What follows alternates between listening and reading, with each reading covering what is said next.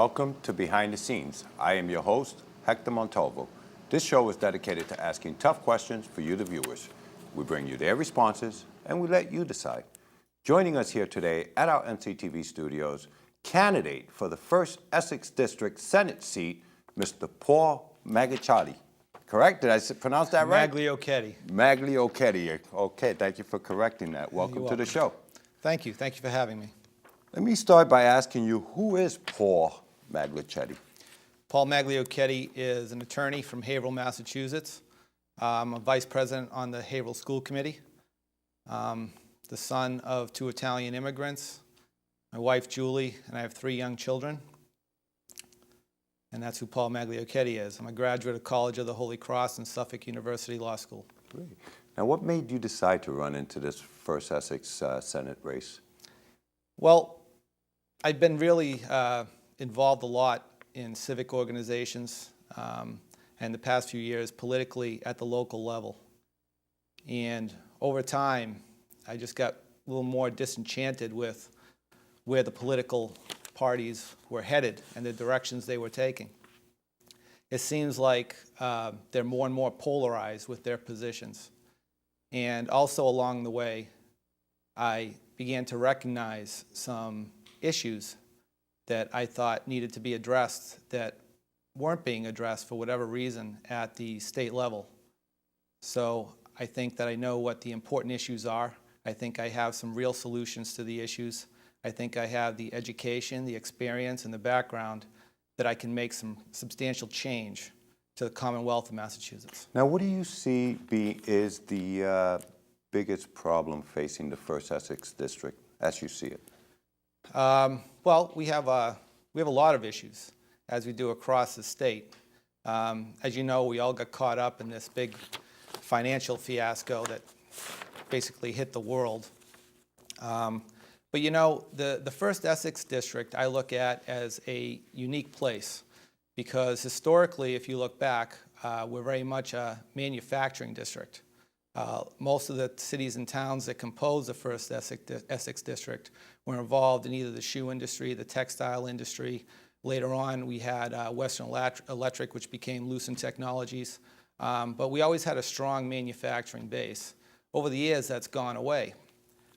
Since that's gone away, we've really struggled to identify ourselves. A lot of the communities have become destination areas. You look at cities like Newburyport, where it attracts thousands of tourists and residents, all the time to go to this certain events. Amesbury now, if you look at their downtown, which has been revived, a lot of people like to go out there. Same thing with downtown Haverhill, downtown Methuen, and all the other communities. But I think that we need to bring some manufacturing back. We really got to do something to improve the economy within the First Essex District and throughout the Commonwealth of Massachusetts. Now, you had stated, and I want to quote you on what you stated. You said, "I will demand accountability when waste is uncovered or goals and achievements are not met." End of quote. We know that here in the Commonwealth and even in the First Essex District, there are schools operating underperformance. So we know just about every agency in government has waste, including the court systems. How will you demand accountability? Well, with regard to education, you demand accountability. First of all, you have to have students that when they graduate high school, they're capable of moving on to higher education or they're capable of getting a job. One of the big problems that we face in education is that we have students that are being passed through the system, and when they're leaving high school, they're not really prepared for anything. That's one of the big issues we need to address. And the communities, the administrators of the school departments, the school committees, they have to be held accountable for what's going on in this area. Like I said before, one of the principal issues that we have in the First Essex District and the Commonwealth is our economy. We need to bring back manufacturing. In order to do that, one of the things that people look for is the human capital, the human resources that are in a community. One of the most important things with regard to human resources is that you need an educated and skilled workforce.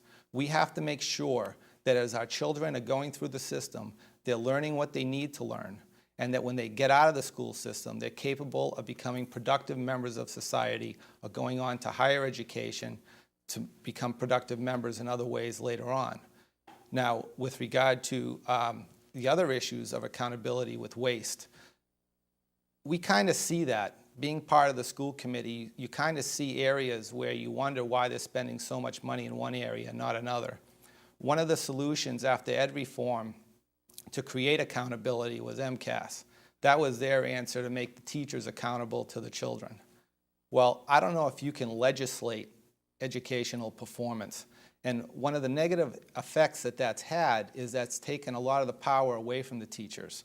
What it's created is this atmosphere where you have to compile all this data. We now have a data-driven educational system in the state. What that's done is that's created the need for more administrators and data people. We have to spend money on this. That's not teaching the kids in the classroom. That's just providing data. So we need to really refocus our energy and really look at the system that we're creating and the path that we're going down and see if it's where we need to go, and maybe we can reallocate some of the funds Now, in those areas. you also talk about reevaluating education law. Yes. What are you looking to accomplish by doing that? Well, like I said, I think that we need to look at the direction that we're headed in education. We have to, the bottom line when it comes to education, teachers have to teach and students have to be in the classroom to learn. I see this all the time at the school committee level. I visit the schools, I talk to teachers, I talk to parents, I talk to the administrators. One of the biggest problems that we have in education is that some of the kids that need the help the most aren't in school. They have high absentee rates, and there's a direct correlation with that and low performance, not only on the MCAS, but overall in their education. So we need to look at our truancy laws. We need to look at other laws to make sure that parents are getting their kids to school so that the teachers can do their job and the kids can get the education they need so that we can build our economy and we build the First Essex District in the Commonwealth of Massachusetts. Now, would you ever support legislation that would make the Commonwealth a right-to-work state? What do you mean by that? Well, as of right now, there's unions, and if you're a regular private company and you're not involved in a union, chances are you can't bid on that particular job. So in other words, is Massachusetts going to be a union state, or should it be a right-to-work state? There are different, I've researched that issue, and there are different studies that show different things. I'm not sure how I would vote on that exactly. I need to see exactly what the law states. But what I do know is that I know that there's a perception out there that a lot of these union workers receive high wages, and that skews the cost of the entire project. So we need to look at that. I think that you should, whatever the union wage is, it should be comparable to what the private sector wage is. So I think you have to look at the overall picture to see which kinds of projects you're looking at, and you have to look at the kinds of legislation that's going to come down the line. Now, the people of the Commonwealth had voted to roll back the taxes to 5%, and Beacon Hill basically ignored them. What will you do to lead the effort so that the people's will is acted on? I'm for rolling back the taxes. It was told that it was going to be a temporary thing, and I think you stand by your word. I don't think that it's necessary that we keep it high. I don't know if it was necessary to begin with. I think we really need to look at efficiencies in government. And once again, that's another reason I'm going as an independent, because I think that when you have these party affiliations, all those decisions that you make get skewed because of the pressures you have from party people, and that a lot of the decisions you make are based on party ideology or people's positions within the party. Okay. Now, would you ever support government in the state level telling their constituents what they can and can't drink, or the amount of beverage they can drink? I don't know if you're familiar with the proposal up in Brockton, I believe, or Quincy, where the mayor is trying to propose a ban on 16-ounce sodas and beyond. Do you have a problem with government telling people what they can and can't drink? Absolutely. I don't think government has a role in that. I think people need to make their own decision. I don't think people should abuse anything, but that's really not the role of government to dictate or to control how much you drink or what you drink. Well, we know that it's happening over in New York City with Mayor Bloomberg trying to do that, and hopefully if it does go to the state level, There is another issue with regard to what the children in schools are consuming. I mean, that's a separate issue. It sounds like what you're talking about is if they can't sell 2-liter bottles in a convenience store. So that just makes no sense. Correct. It's ridiculous, and that's not the role of government. Now, we saw what happened with the Big Dig, as well as the bailout for the MBTA. How much debt can the state afford to take on? As little as possible. And that's, once again, the solution to those kinds of issues is not raising taxes. The solution is growing the economy. You have to look at a strong manufacturing base. When you look at manufacturing, I read an article written by Robert Reich. He's a professor at Harvard. He was an advisor to President Clinton. And in his article, he talked about how manufacturing was not the economic stimulus that it once was because of all the efficiencies that we have in manufacturing, the automation, everything else. When you think about it, I completely disagree with what he said. You're tripling the supply chain. Right now, you go to a store to buy a product. The product is probably ordered overseas in China, Mexico, some other market. It comes into a warehouse, it gets shipped to the store, it gets purchased. Think about it. If you have a manufacturing base, the manufacturer is buying materials. The materials are probably made here. So you got the materials that are coming out of the ground. You got the materials that are being moved and delivered. There's one supply chain. Now you got the materials getting to the manufacturer. The manufacturer is processing the material. There are people doing that, working there, doing that. That product then gets packaged and shipped to the supplier. So now you have 3 as opposed to 1 chain. So you're tripling the economy. Now, what plans do you have to help businesses that are border communities? I think we have to look at, we have to do some impact studies, but I'm for a graduated sales tax. I think that border communities need some relief in that regard. I mean, retail on border communities is really dead except for clothing, because with clothing you don't pay a sales tax up to a certain number. You look at the Loop, at the success they've had there, and it's primarily shoe stores, clothing stores, restaurants, that kind of thing. So I really think that we need to look at things like that, and we have to make sure, in addition to that, we have to make sure that our regulations and our laws with regard to business are competitive with our bordering states. That way people don't have that incentive to go over the border. They have the incentive to stay here if they want. Now, you said, and I'm quoting you from your website, you said, "I will work with all my peers in the legislation and the governor to reform the manner in which state government is run." Correct. Name one specific reform. Well, right now the way that state government is run is you have the 2-party system.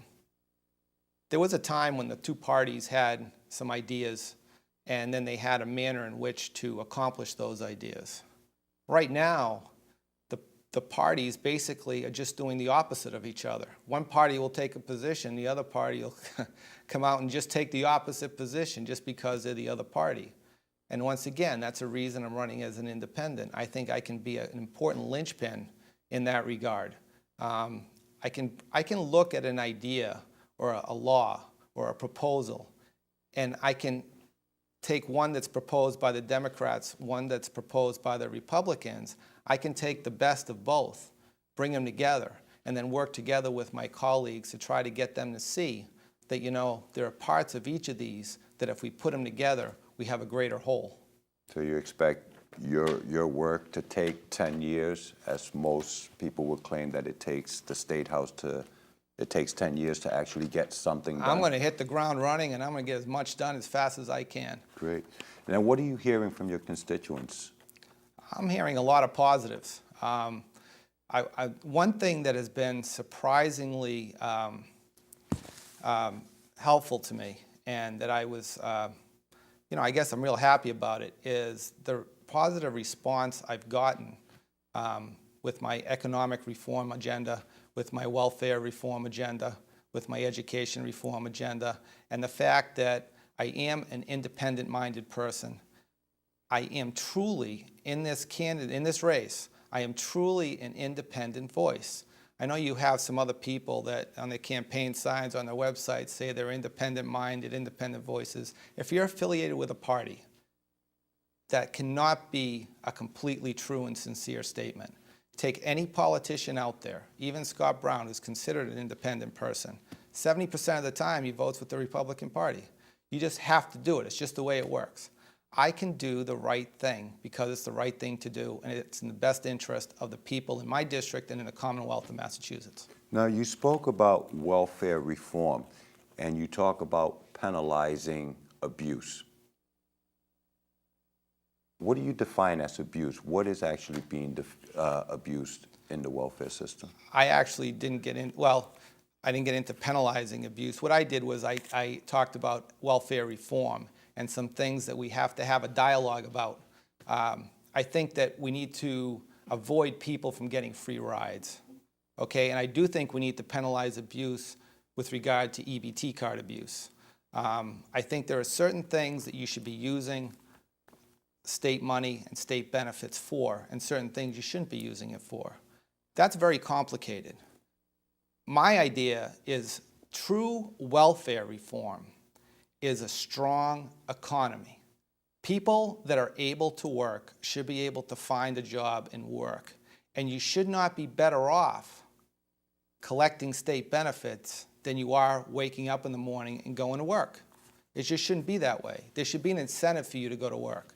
So I call for a dialogue to discuss three things. The first thing I would do with regard to welfare reform is I would recommend that there be random drug testing.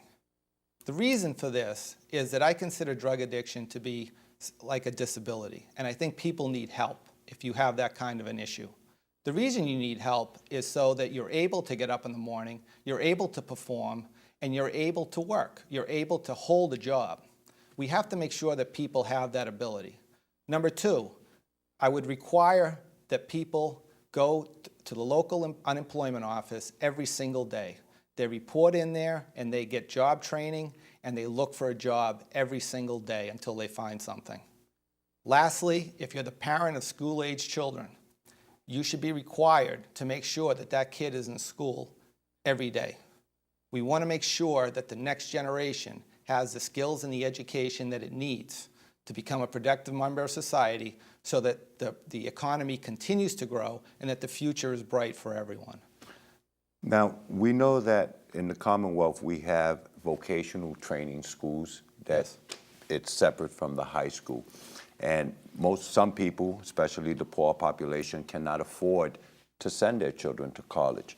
Should high schools in the Commonwealth be taking a proactive measure as far as teaching vocational as well in the high school as well, besides the vocational? Absolutely. When I was in high school, I was in the honors program. I also took 4 years of auto repair. And my father owned a machine shop. I used to go see him after school and during my summer vacations. I was running Bridgeports, lathes. I'm a tool and die maker by trade. I'm a firm believer in the trades and the skill sets that you need to be, like I said, to work and be a productive person in society. That's one of the things that I am advocating for very strongly on the Haverhill School Committee. It's a recurring topic that I put on the agenda. We have a great vocational school, the Whittier Regional Vocational Technical High School, located on the Haverhill-Amesbury line. That's a great school where they have 100% MCAS pass. The kids that come out of there, they're ready to hit the workforce or go on to college. Unfortunately, not every student that wants to go there can get in. I feel that every student that wants to learn a trade should have the opportunity to learn that trade. That's why one of the proposals I have, and it's on my website, is that the high schools, the vocational schools, and the community colleges need to work together. And that is something that we're doing in Haverhill. We're making sure that these kids, when they get out of high school, they're able to, like I said, become productive members of society, get a job, or go on to further education. That is key to not only this district, but to the Commonwealth of Massachusetts. Now, we know that Beacon Hill is full of lawyers. They're all attorneys up there, and many of them are voting on issues that may even affect their practice.